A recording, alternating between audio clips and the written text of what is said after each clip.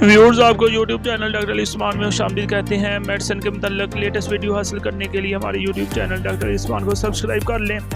Bell icon पे लाजमी click करें ताकि जैसे नई वीडियो अपलोड हो आपको इसका नोटिफिकेशन मिल जाए। व्यूअर्स, आज हम जिस मेडिसिन के बारे में डिस्कस करेंगे, जी हाँ, जैसा कि आप स्क्रीन पर देख रहे हैं, टेरल टैबलेट 200 मिलीग्राम। इसके अंदर जो एक्टिव इंग्रेडिएंट मौजूद होता है वो है कार्बामेज़ेपिन टैबलेट यूएसपी। ये जो ना 100 टैबलेट का ये पैक होता है। अगर हम इसकी प्राइस की बात करें तो ये तकरीबन जो ना 500 के नज़दीक इसकी प्राइस है। तो आइए अभी हम देखते हैं कि वो कौन से मकासद हैं जिसके लिए इस मेडिसिन को इस्तेमाल किया जाता है। बेसिकली ऐसे पेशेंट जो कि जिनको फिट्स पड़ते हैं, एपिलेप्सी का मसला होता है जिसे हम मिर्गी भी बोलते हैं, ठीक है। ये एक हिस्से की भी हो सकती है, दोनों हिस्से की भी हो सकती है, पार्शियल या कंप्लीट भी हो सकती है। तो उसके लिए डॉक्टर जो है ना इसको रिकमेंड करते हैं।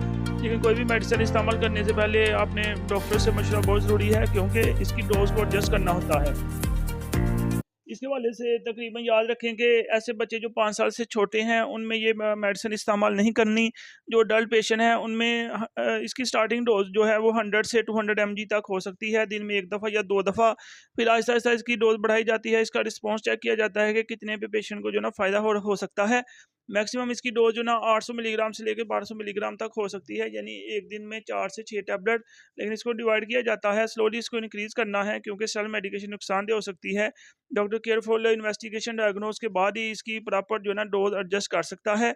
इसके अलावा इस मेडिसिन के साइड इफ़ेक्ट्स भी होते हैं, तो इसलिए सेल्फ मेडिकेशन हमेशा जो है ना वो नुकसानदेह हो सकती है।